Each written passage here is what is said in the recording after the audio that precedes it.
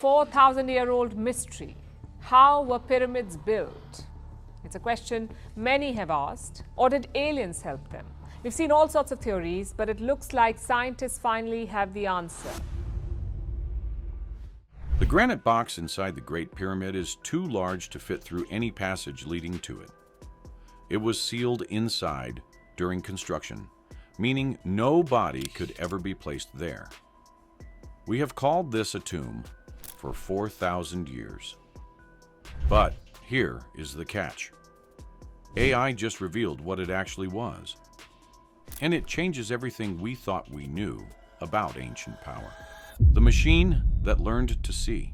When Grock AI turned its analytical systems toward the pyramids of Giza, it was not approaching the mystery the way human researchers had for generations.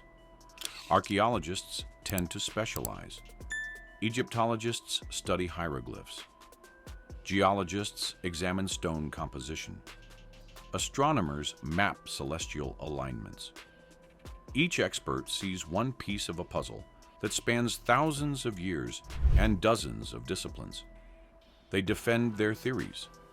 They protect their academic reputations. They get trapped in debates that circle the same ground for decades. When they actually penetrated this small door, they found a hidden room within the pyramid. Egyptologists are very much fond of saying that pyramids are tombs and that they have been robbed at some point in the past. Grok had none of these limitations. It absorbed everything.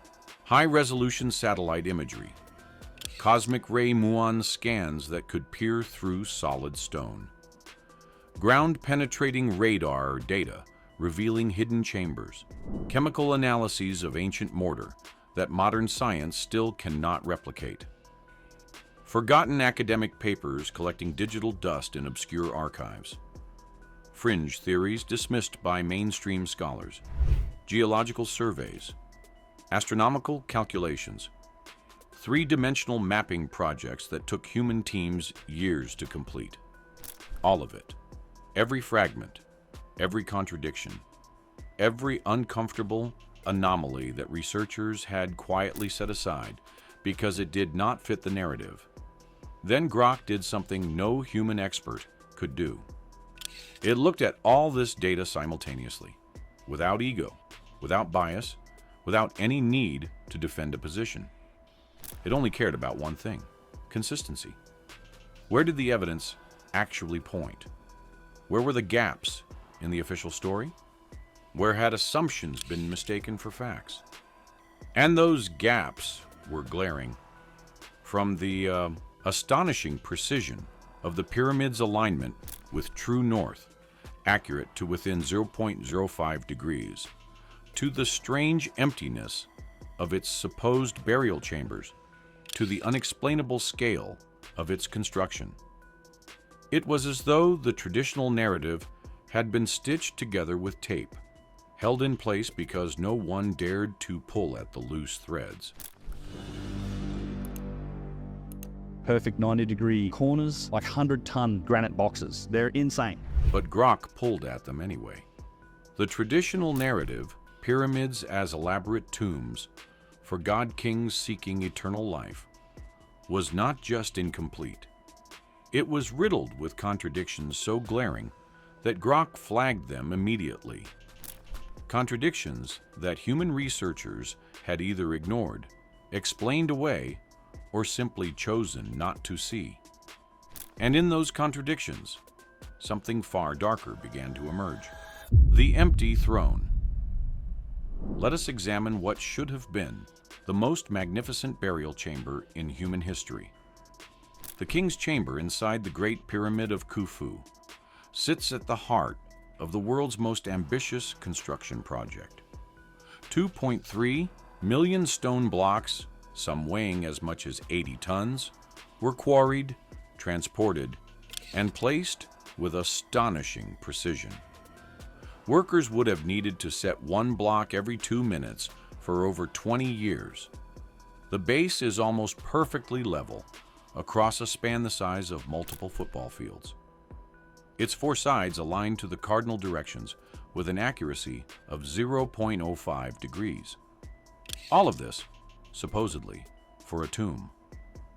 But when you step inside the king's chamber, you find almost nothing.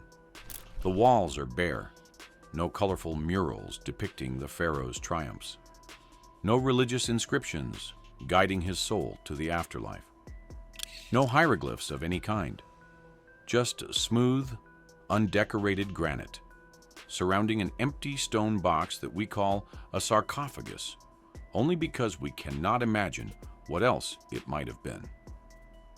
Compare this to nearly every other Egyptian tomb ever discovered. The Valley of the Kings overflows with painted walls, golden artifacts, and mummified remains. Even minor nobles were buried with elaborate decorations celebrating their lives. The Egyptians were obsessed with filling tombs with everything the deceased might need in the next world.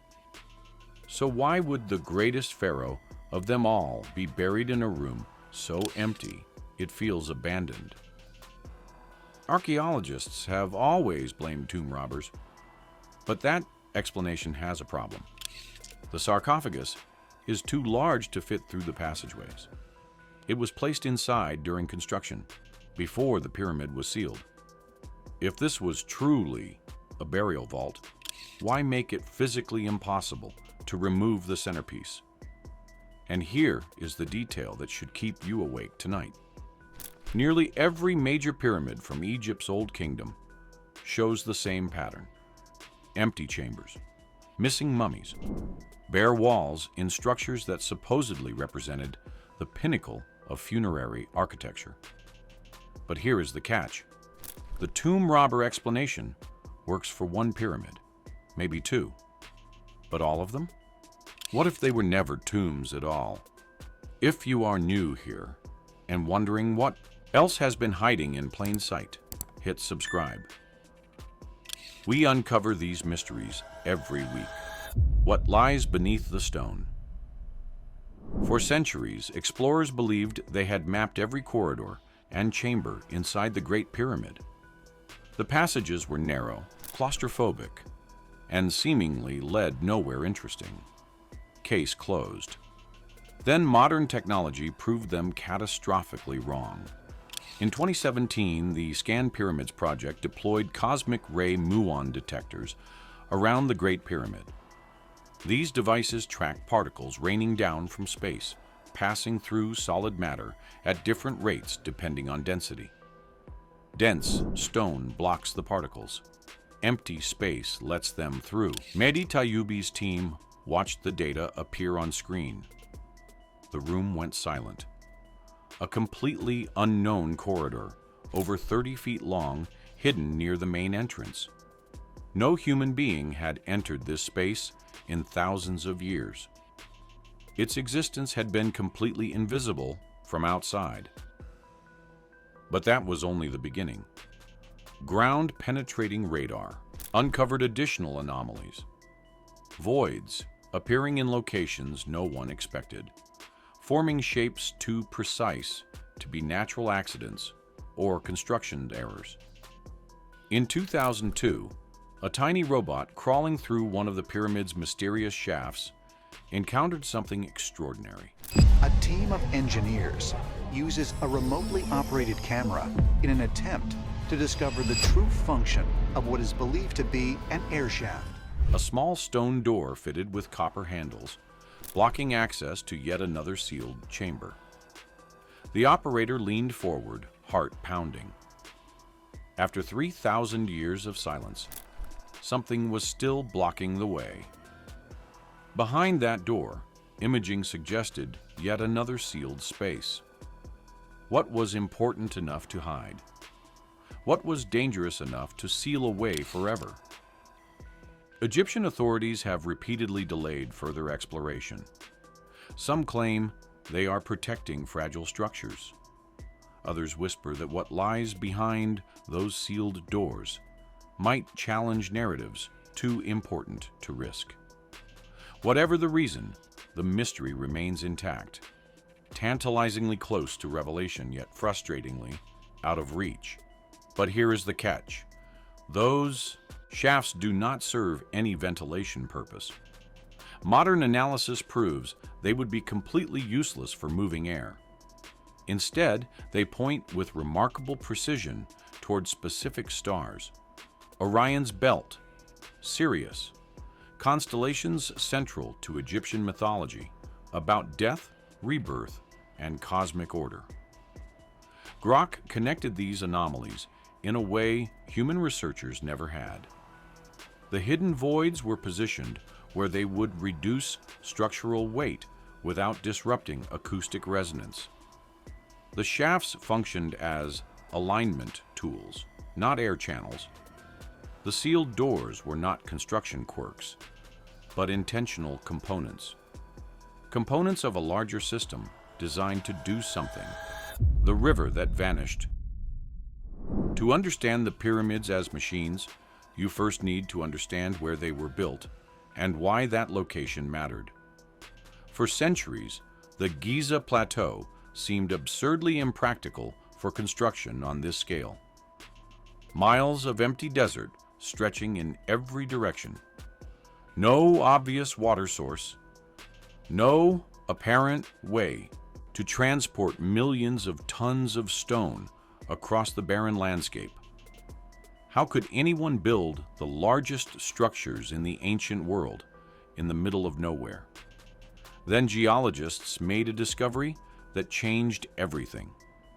Sediment core samples revealed that during pyramid construction, a massive branch of the Nile River flowed directly past the site. Not a small stream, a wide navigable channel capable of carrying enormous barges loaded with granite blocks weighing 70 tons. Ancient murals suddenly made sense. Depictions of workers hauling stones onto boats were not artistic imagination. They were documentation. But Grok pushed the analysis further. Water was not just transportation. In Egyptian cosmology, the Nile represented the eternal cycle of life, death, and rebirth. Its annual flooding brought destruction and renewal simultaneously, making it the heartbeat of Egyptian civilization and mythology. By positioning the pyramids alongside this sacred artery, the builders embedded their structures into the symbolic and functional lifeblood of their world. And here is where physics meets mythology. Flowing water generates subtle vibrations. It can produce weak electrical fields, especially when passing beneath mineral-rich formations.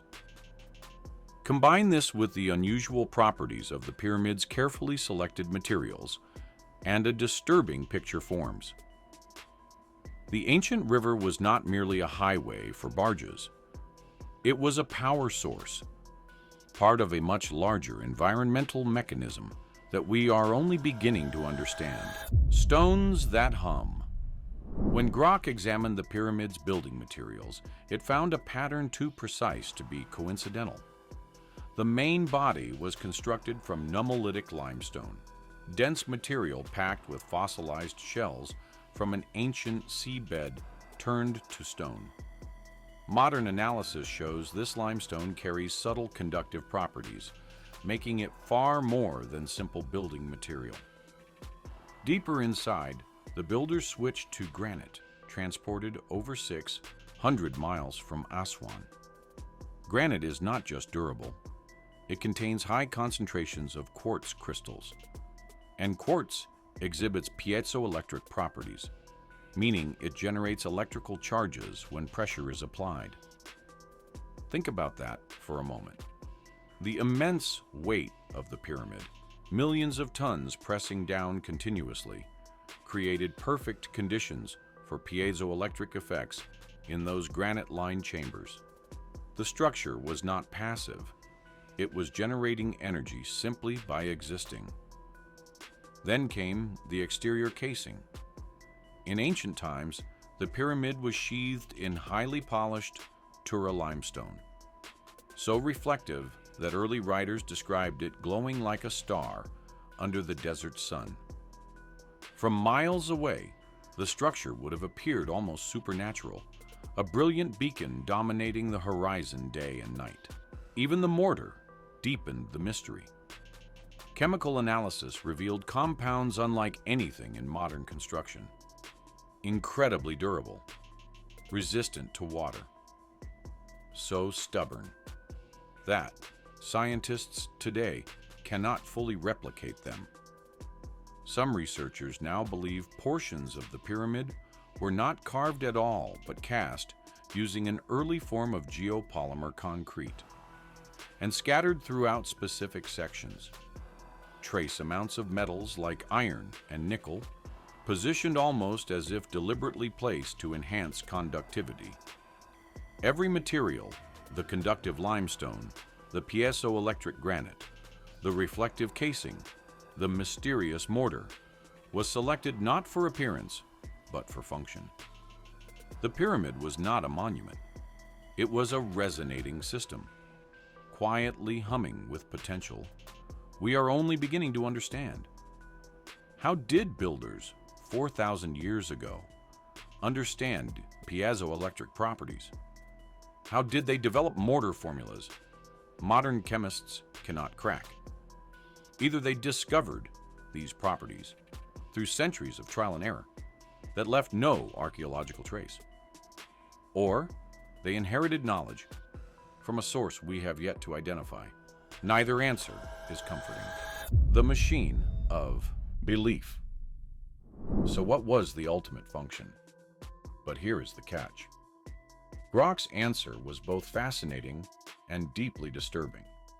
Control. Consider what these structures meant to an ancient Egyptian farmer. The brilliant white pyramid rising above the desert was not impressive. It was overwhelming. Under the sun, it shone like a second star. Under moonlight, it glowed with eerie luminescence. Its scale defied comprehension. In a world driven by fear and survival, such a structure was not architecture. It was psychological weaponry, carved into stone. Inside the chambers, rituals performed in acoustically tuned rooms created sensations that felt genuinely supernatural. Low-frequency vibrations pulsing through granite walls, dramatic interplay of darkness and torchlight in claustrophobic corridors, shafts aligned with stars associated with gods and the afterlife. In 2019, acoustic researcher John Stuart Reid stood inside the king's chamber and activated a tone generator. The walls began to vibrate.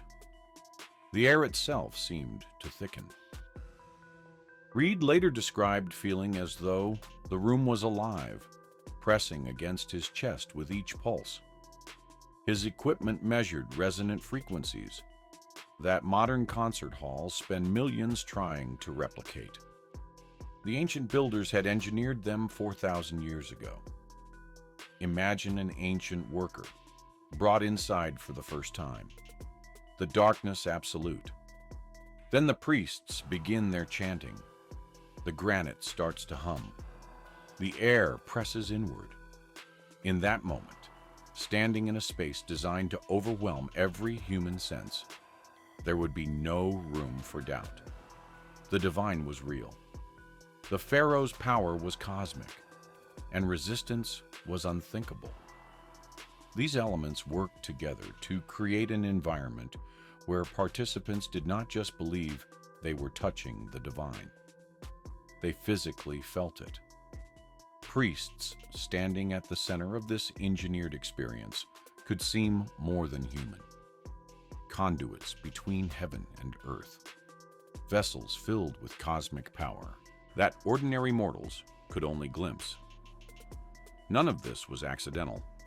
It was propaganda built from stone, mathematics, and acoustic engineering.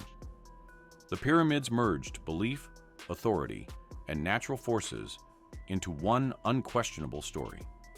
The pharaoh was not merely a king. He was the mediator of the cosmos. The pyramid was undeniable proof of his divine connection. To oppose this system was not opposing a government.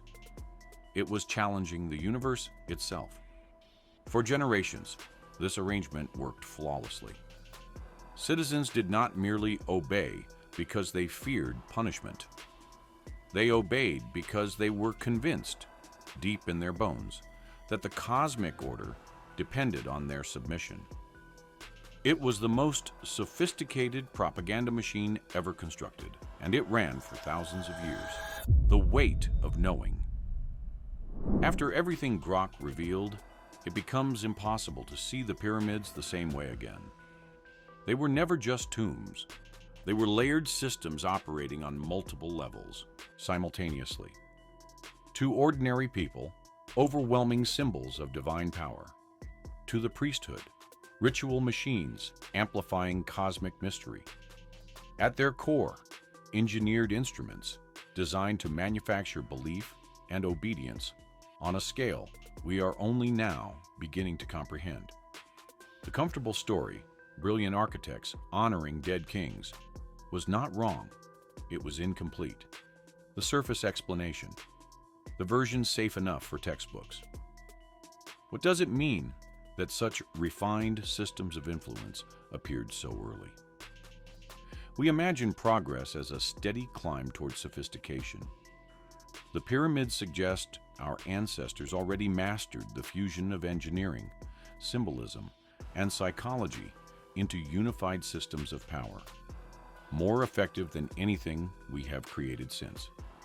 And perhaps this is why the pyramids endure when everything else has crumbled.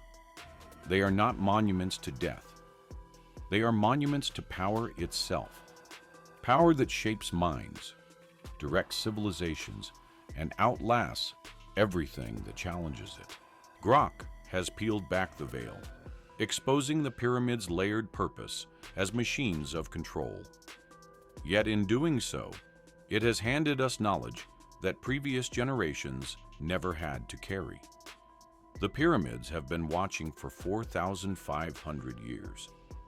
Silent monuments to a truth we buried under comfortable stories because we were not ready to face it. And now, we are finally beginning to see them clearly. But seeing clearly carries its own burden. The pyramids no longer look like tombs. They look like mirrors. And what they reflect is a question as old as civilization itself. Who is really in control? And have we ever truly been free? If this changed how you see the ancient world, smash that like button and subscribe. We have more revelations coming that the history books do not want you to see. Drop your thoughts in the comments. Do you think the pyramids were tombs or something far stranger? Thank you for watching. We will see you in the next one.